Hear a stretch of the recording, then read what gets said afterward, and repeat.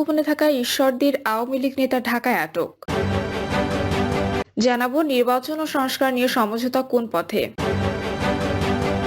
এবং সর্বশেষ জানাবো রাজধানীতে ছাত্রদলের বিক্ষোভ, শেখ হাসিনার প্রতীকী ফাঁসি।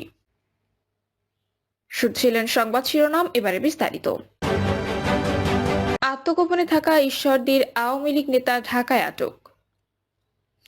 পাবনার ঈশ্বরদী উপজেলা আওয়ামী লীগের সাধারণ সম্পাদক ও পৌরসভার সাবেক মেয়র আবুল কালাম আজাদ মিন্টুকে আটক করেছে পুলিশ। আটকের বিষয়টি নিশ্চিত করেছেন তেজগাঁও থানার ভারপ্রাপ্ত কর্মকর্তা মোবারক হোসেন। তিনি বলেন, ফার্মগেট এলাকায় ঈশ্বরদী পৌরসভার সাবেক মেয়র আবুল কালাম আজাদ মিন্টুকে আটক করে রাখেন স্থানীয়রা। খবর পেয়ে আমরা গিয়ে তাকে থানায় নিয়ে আসি। তার বিরুদ্ধে ঈশ্বরদী থানায় মামলা রয়েছে। বিষয়টি নিয়ে সংশ্লিষ্ট থানায় কথা হয়েছে। তারা এসে আটক আবুল কালাম আজাদ মিন্টুকে নিয়ে যাবেন। স্থানীয় সূত্রে জানা যায়, আবুল কালাম আজাদ রাজধানীর রাজাবাজার এলাকায় ভাড়া থাকতেন। 5ই আগস্টের পর থেকে তিনি আত্মগোপনে ছিলেন। দুপুর 12টার দিকে ফার্মগেট এলাকায় তাকে আটক করেন লেগুনা স্ট্যান্ডের স্থানীয় যুবদল ও স্বেচ্ছাসেবক দলের নেতা কর্মীরা। পরে তেজগাঁও থানা পুলিশ তাকে আটক করে নিয়ে যায়। নির্বাচন ও সংস্কার নিয়ে সমঝোতা কোন পথে, কিভাবে সংস্কার করা যায়, কিভাবে করা হলে তা টেকসই হবে, এগুলো নিয়ে অনেকের মধ্যে অস্পষ্টতা ও ভিন্ন মত রয়েছে। সংবিধান পরিবর্তন, নির্বাচন ও সংস্কারের ক্ষেত্রে সমঝোতা কোন পথে হবে? গত 5ই আগস্টের অভ্যুত্থানে শেখ হাসিনার পলায়নের পর বাংলাদেশের রাজনীতি এক নতুন পর্বে প্রবেশ করেছে। অভ্যুত্থানের আগে স্লোগান ছিল রাষ্ট্র সংস্কার লাগবে। অভ্যুত্থানের পর রাষ্ট্র সংস্কার যে লাগবে এ বিষয়ে ক্রিয়াশীল হবে রাজনৈতিক দলই একমত। প্রায় প্রতিটি সক্রিয় দল, দল নিরপেক্ষ বিভিন্ন সংস্থা ও বিশিষ্ট নাগরিকেরা সংবিধান সংস্কার কমিশনের কাছে সংস্কার বিষয়ক প্রস্তাব জমা দিয়েছেন, মতামত দিচ্ছেন সংবিধানের কোন কোন অংশ বদলাতে হবে, কি বাদ দিতে হবে, কি যোগ করতে হবে। এসব নিয়ে বিভিন্ন দল ও গোষ্ঠীর মধ্যে মতভিন্নতা আছে, কিন্তু সংবিধানের সংস্কার যে করতে হবে তা নিয়ে কোনো মতপার্থক্য নেই বললেই চলে।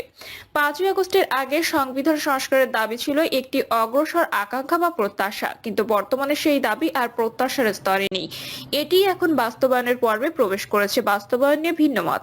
বাস্তবায়নের এই পর্বে সেই সংস্কারের সীমা, পদ্ধতি ও এখতিয়ার নিয়ে আন্দোলনকারীদের নিজেদের মধ্যে মোটা দাগে কিছু মতপার্থক্য দেখা দিয়েছে। সীমা সম্পর্কে যেসব মতামত পাওয়া যাচ্ছে সেগুলোকে মোটা দাগে 3 ভাগে ভাগ করা যায়। 1. সীমিত সংশোধন, অর্থাৎ একটা গ্রহণযোগ্য নির্বাচন করার জন্য এ সময় যতটুকু প্রয়োজন ততটুকু সংশোধন। 2. বিদ্যমান সংবিধানটি পুরোপুরি বাতিল করে নতুন সংবিধান প্রণয়ন। এবং 3. সংশোধন নয়, আবার সম্পূর্ণ নতুনও নয়, কিন্তু ব্যাপক পরিবর্তনের মাধ্যমে সংস্কার। স্বাভাবিকভাবে বাস্তবায়নের এখতিয়ার ও পদ্ধতি নিয়েও মতভিন্নতা দেখা দিয়েছে। কোনো দল দাবি করেছে সংবিধান সংস্কারের এখতিয়ার এই সরকারের নেই, এটা করতে পারেন কেবল জনগণের ভোটে নির্বাচিত ব্যক্তিরা। এই দাবি যারা করছে তাদের একাংশ নির্বাচিত প্রতিনিধি বলতে জাতীয় সংসদ নির্বাচনে নির্বাচিত সংসদ সদস্যদের কথাই বোঝাচ্ছে। তারা দাবি করছে জাতীয় সংসদে সংবিধান পরিবর্তনের বৈধ কর্তৃত্ব, জাতীয় সংসদ ছাড়া এ পরিবর্তন করার বৈধ কর্তৃত্ব অন্য কারণেই।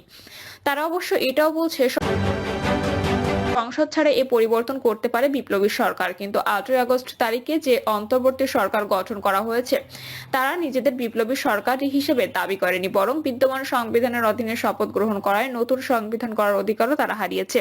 প্রকৃতপক্ষে এই দাবির অর্ধেক সত্য ও অর্ধেক ভুল। সংবিধান সংস্কার কিংবা পরিবর্তনের ক্ষমতা অবশ্যই জনগণের, এটা সত্য। জনগণের পক্ষে এই ক্ষমতা প্রয়োগ করতে পারেন তাদের নির্বাচিত প্রতিনিধিরা, এটাও সত্য। কিন্তু জাতীয় সংসদ নির্বাচনে যারা নির্বাচিত হন তাদের এই ক্ষমতা দেওয়া হয় না।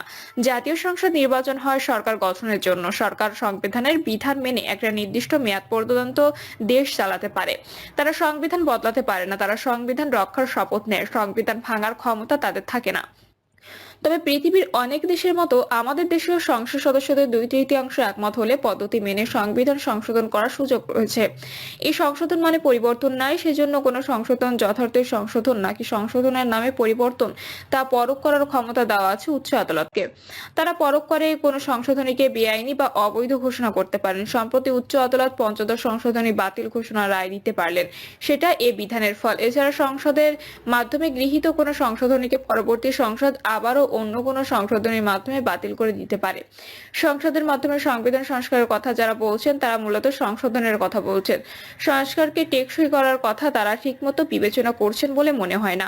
সংশোধনের ধারার বাইরে কেউ কেউ বিদ্যমান সংবিধানকে পুরোপুরি বাতিল করে একটি সম্পূর্ণ নতুন সংবিধান গ্রহণের দাবি করেছেন। যারা নতুন সংবিধানের দাবি তুলছেন তাদের অনেকেই জনগণের নির্বাচিত প্রতিনিধিদের এখতিয়ারের বিষয়ে সোচ্চার। পদ্ধতি হিসেবে স্বাভাবিকভাবেই তারা সংবিধান সভা বা গণপরিষদ নির্বাচনের কথা বলছেন।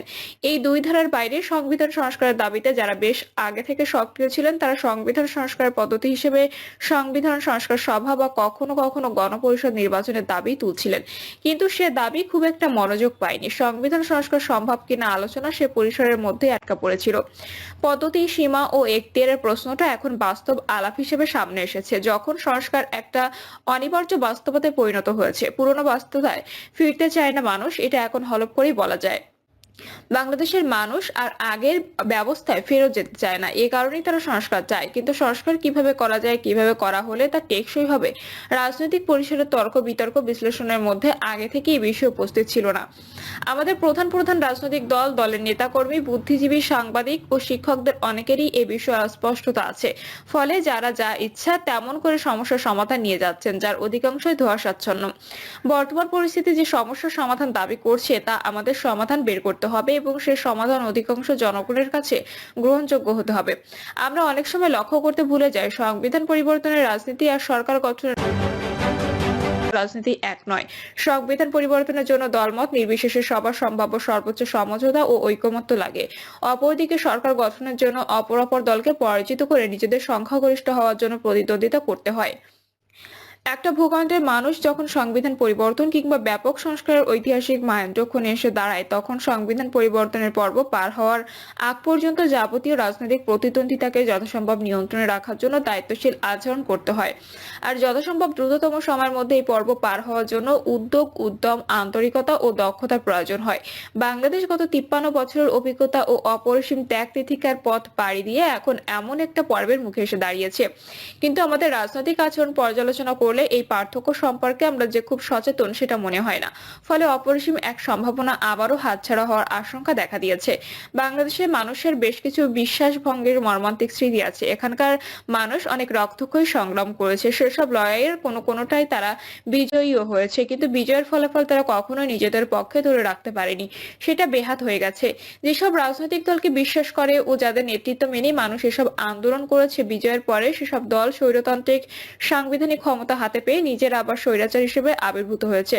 যারাই ক্ষমতা হাতে পেয়েছে তারাই বিনা ব্যতিক্রমে গণ নির্যাতনকারীর ভূমিকা অবতীর্ণ হয়েছে। প্রতিবাদী জনগণের পাশাপাশি নির্যাতিত হয়েছেন বিরোধী দলের নেতাকর্মীরা।